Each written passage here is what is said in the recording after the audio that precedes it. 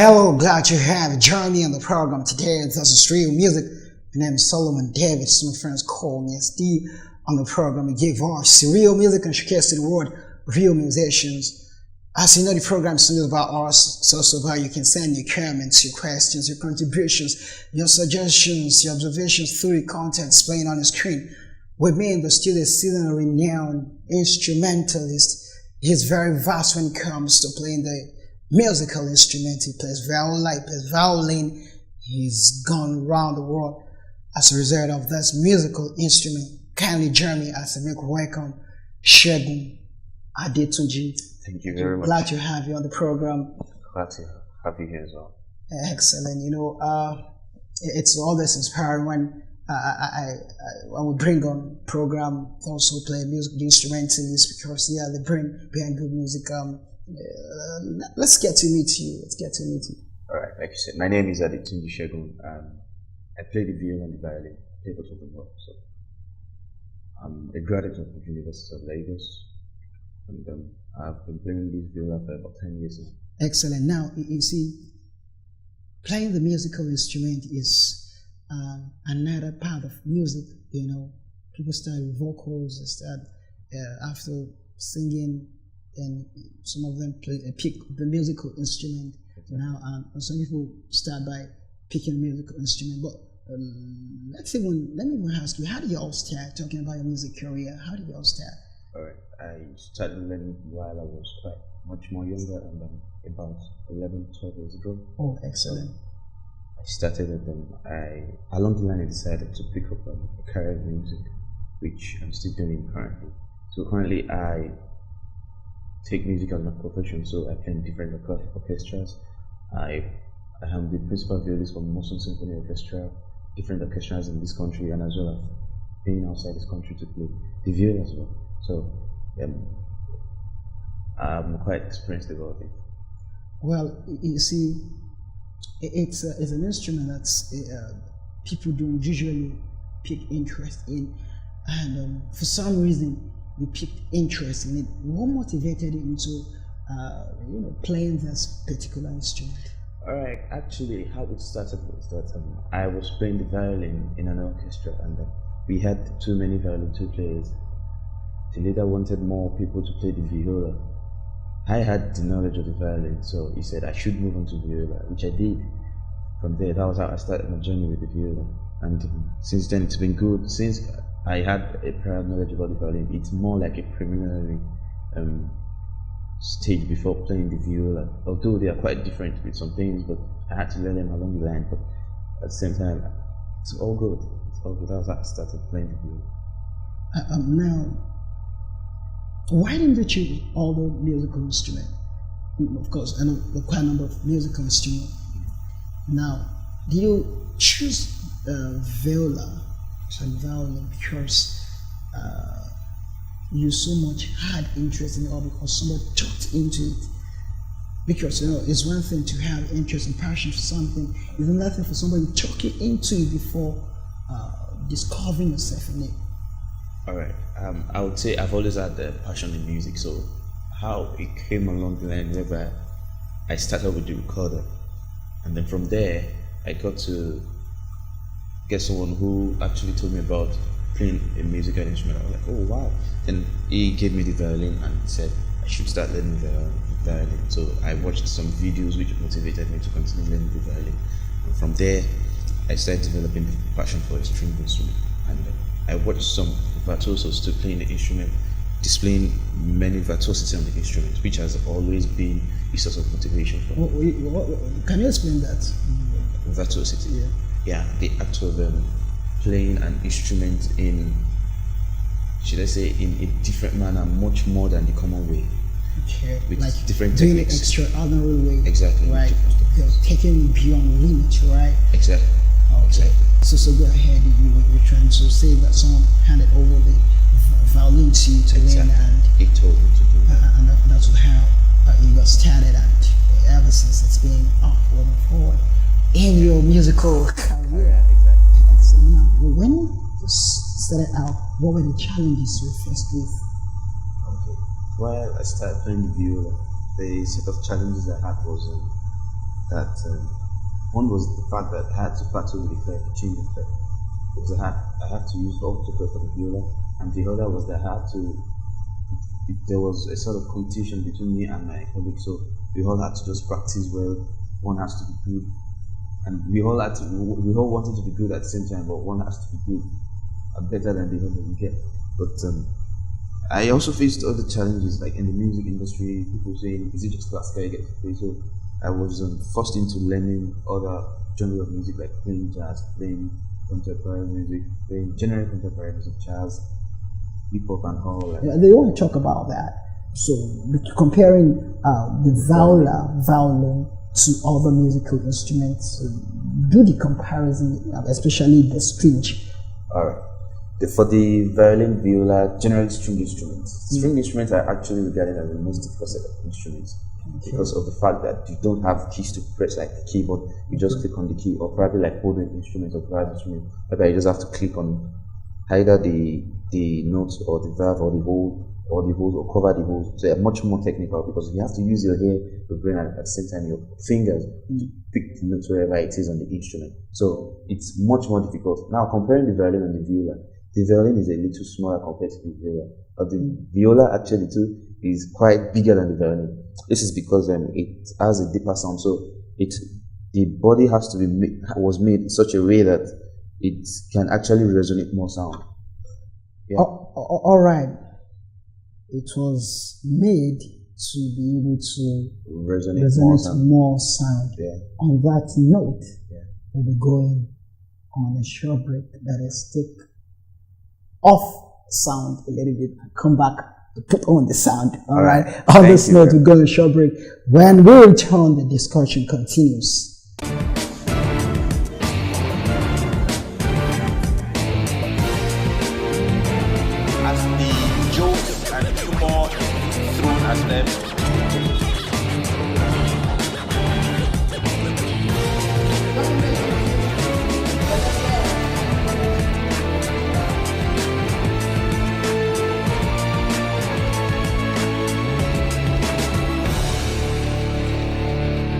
Welcome back. It's still Real Music, and it's been a very, very interesting moment with Segun Adetunji, who has been, telling us his experience with playing the viola and the violin, and he's here today. He's going to be analyzing to us the viola. Segun, before we went on break, you were telling us about the effectiveness of viola and how tedious and strenuous it is to play. And of course, we know viola or violin, they are mostly some of the hardest musical instruments, if not the hardest, So now, there are quite a number of things that you could do. You didn't do. You picked playing the musical instrument. I'll ask this: while growing up, did your parents did they have any issue with you playing the musical instruments? Because most parents then will want to, you have to go to school, you have to become an engineer, a lawyer, a doctor. They just want the traditional profession for their children. Pardon me when I say traditional, talking about the lawyer, the doctor, the engineers. Just want the children they want to be called, they don't identify with the engineers, the doctors, the lawyer. But you say it's a different ballgame now where you have the musician making serious money, huge amount of money. Talking about the likes of Davido, Wizkid, and other A-list artists in Nigeria. They've been able to make it real big. As a matter of fact, not just locally, globally, internationally, these guys have been able to make Nigeria proud because of their craft, because they've been able to, put in so much, and they make multiples of millions of naira for music. That's to show that it's one profession that much attention should be given to. way back it wasn't like that. But now even parents are able to support their kids to go into music. But in your own case, how was it like? What were your parents' reactions talking about your musical instrumental skill? I mean, what were their reaction towards your music instrument skill? Okay, I had quite a number of difficulties with my parents in terms of learning the instrument, because most of them generally the thinking is that you should go to school, become a lawyer, or probably end up studying medicine and surgery and things like that. But the way I put my way through that was that I told them I'm going to be serious with my school, and as well I'm going to be serious with my instrument, because this is my passion, this is what I want to do. Yeah, of course, we have quite a number of instrumentalists and musicians talking about the likes of Fela, Femi Kuti. They wish Sonny Ade was at some point nominated for Grammy. So I mean, Femi was nominated for some years. He was nominated for Grammy for several years. So that's to tell you that it pays to learn the musical instrument, at least one. That is, when you study music, they would always advise you that you should study at least one musical instrument, and that makes you a musician. Now, going by all of this, now who were those who are those you look up to in the music industry, and those who influence your music and instrumental skills?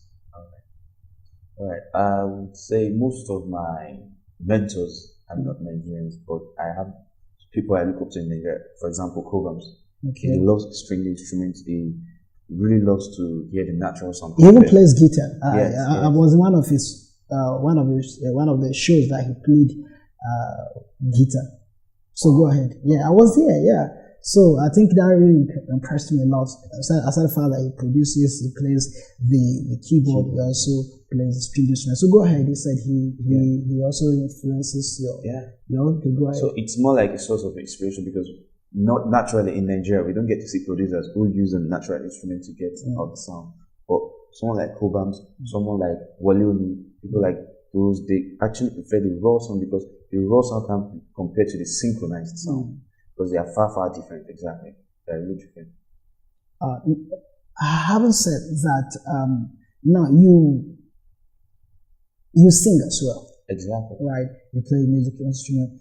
How would you describe your genre of music? Because you do a little freestyle for us now. After now, how would you describe your genre of music? Though you mentioned earlier that you do different genres of music. How would you describe your genre of music? All right, my genre, I would say I play, as a musician, you have to do what you're told to do. Okay. At every point in time, when you're called upon to do something, you have to do it and do it well. So I would say I play classical, which is my foundation. It's classical, contemporary, hip hop, jazz, and things like that. Yeah. So I play almost all the genres available. Oh, okay. I play traditional music. Okay, excellent. Can you just do something for us? Like, vocal now. Vocal. Yes. Wow. Can you? Yeah, go ahead. Just a freestyle, just little. We just want to hear it feel. So it will look as though we just theoretically giving an impression. We like also practically give them the impression that we want to give them. Okay. Oh, happy day. Oh, happy day when Jesus was.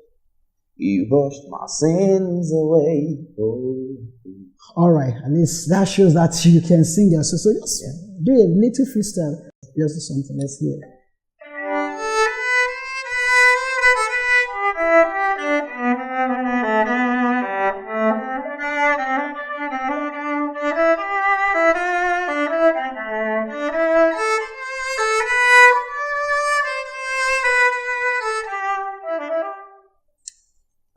That was excellent. That was exceptional. Now we have come to the segment where you would analyze the viola for us. All right. So this is called viola. It's made of wood. There are different kind of wood that we use in making this room, but This is generally made of wood. The bow, this is called the bow, this is called the viola, except this is the instrument too as well. They come together. This is the bow, this is the scroll. These are the pegs, these are the tuning pegs, this is the tuning box. This is the neck, this is the fingerboard, and these are the strings.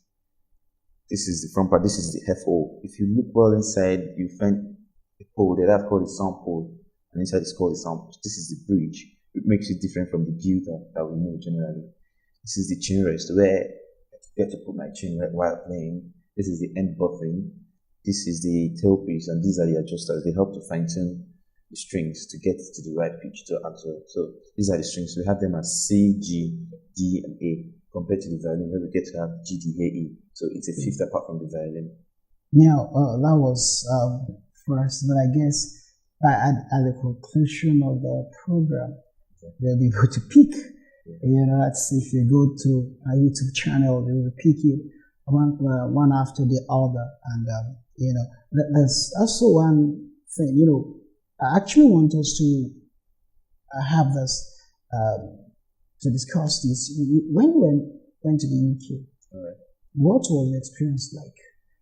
You know, off the camera, we were discussing, you told me how that this particular musical instrument is, you know, respected abroad, and how they give attention to it, unlike what we have here. You know, hardly would you have someone who plays viola or violin in Nigeria, except if the person is in the orchestra, right? So, just your experience when you were in the UK, when you went to the UK. All right, in the UK we have well, that is where classical music came from. Right. So it's more like they have classical music like jamming. So, but in Nigeria we don't have a lot of people playing classical instruments, playing classical music generally. So right there in UK, I got to know that generally a lot of people play the viola compared to here, whereby we have just a few hands playing the viola. There, it's much more like a violin as it is, and a lot of people play the viola there. And then I was really shocked, but at the same time, it was really interesting because I was like, oh, I can really play with people that really play my instrument as well. So it was really nice. And then they don't just play for classical. Most of the people I met, they play for hip hop, they play for jazz, and they use it for different studio recording sessions too as well.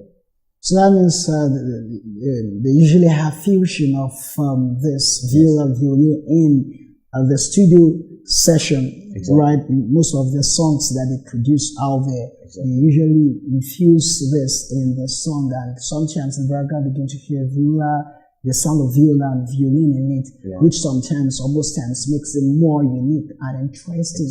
So to those who listen to good music, and of course, when you listen to any of such music, you'll be able to pick, you know, the sound of this, because I actually enjoy myself.